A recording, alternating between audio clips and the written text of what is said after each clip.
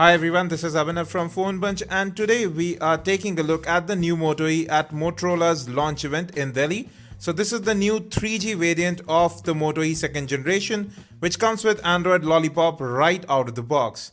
Now Motorola Moto E will be available through Flipkart for Rs 6,999 starting midnight on March 11th. Now the 4G variant is also coming soon, but there's no word on its price. Coming to the build, on the right you have the volume rocker and power button, very sturdy. At the top you have the 3.5 audio jack, on the left there's nothing. At the bottom you have the micro USB data syncing and charging port. While at the back you have the new 5 megapixel autofocus camera.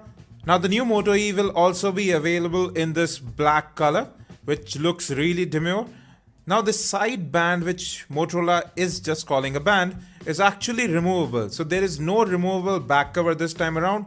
Only this band can be removed and has a very nice textured feel to it. You have two micro SIM card slots, and in the middle you have the micro SD card slot. And on the right you have some user information about the smartphone itself, as it has no stickers. So IMEI and other information will be on the sticker. Now you can choose from any of these bands. These would be available on Flipkart as well. So you have got golden yellow, you have got red, you have got pink, purple and several other colors. And these just fit in on your device and give it a completely different look.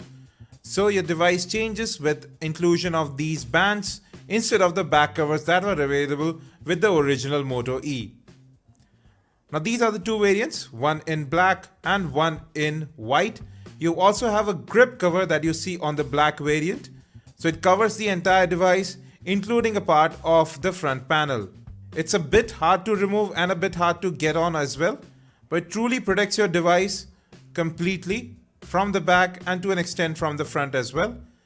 So you now see this is the new notification toggles of Android Lollipop. This phone is running Android 5.0.2 right out of the box, and it will be upgraded to Android 5.1 Lollipop as well. Now coming to storage, you have about 4.5 gigs available out of the 8 gig ROM. You can expand that with a micro SD card to 32 gigs. Apps are movable, however app data might not be. And now we have installed a USB OTG pen drive. Let's see if it is detected. It doesn't seem to be detected, and we know that Snapdragon 200 doesn't support USB OTG, and you see right there it doesn't work. It's not mounted. Now you have about 520 MB odd RAM that is available right now, even though several apps are running in the background. So good optimization. It comes with 1 gig of RAM. Coming to hardware, you have a 4.5-inch QHD display, Adreno 302 GPU, quad-core Snapdragon 200 processor clocked at 1.2 GHz, 1 gig of RAM. You have a 5 megapixel rear camera, it's autofocus this time around, and you have VGA front camera as well. You have a 2390 mAh battery available.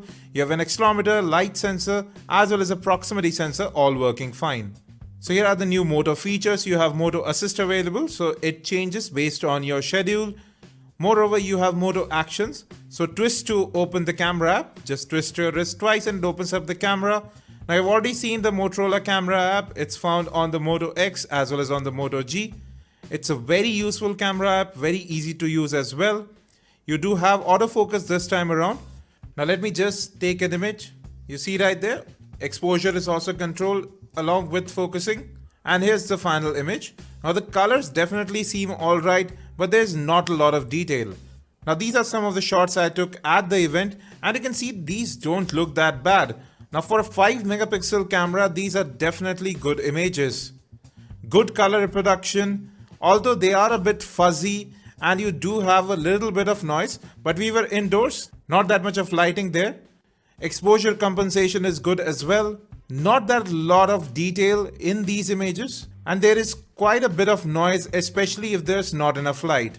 So for a 5 megapixel camera, it definitely performs quite well, but it can't compete with the 8 megapixel units that are available within the same price point. Now let's come to the new feature.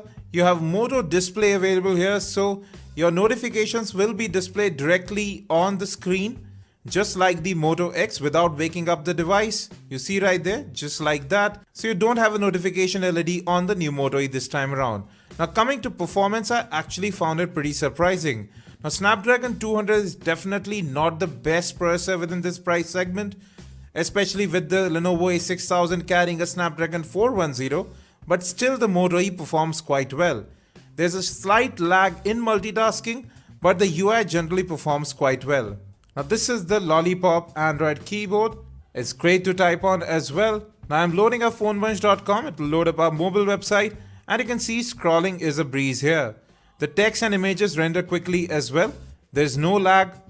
And now we are at the full website. It's still loading up, but scrolling is again painless. Pinch to zoom is pretty smooth as well. It's not the best, but it's pretty good. Now you do have Corning Gorilla Glass 3 on the front along with an oleophobic coating on the display. Now the display, apart from looking good, has good color reproduction as well. It might seem a bit warm. It has wide viewing angles and great touch response to boot. Well folks, that was a quick hands-on of the new Moto E 2015 3G variant. It will be available on March 11 midnight through Flipkart for ₹6,999. We'll be bringing an in-depth review of it as soon as it becomes available. Don't forget to subscribe, like and share. Any questions, hit us in the comment section. Thanks for watching, and as always, have a great day.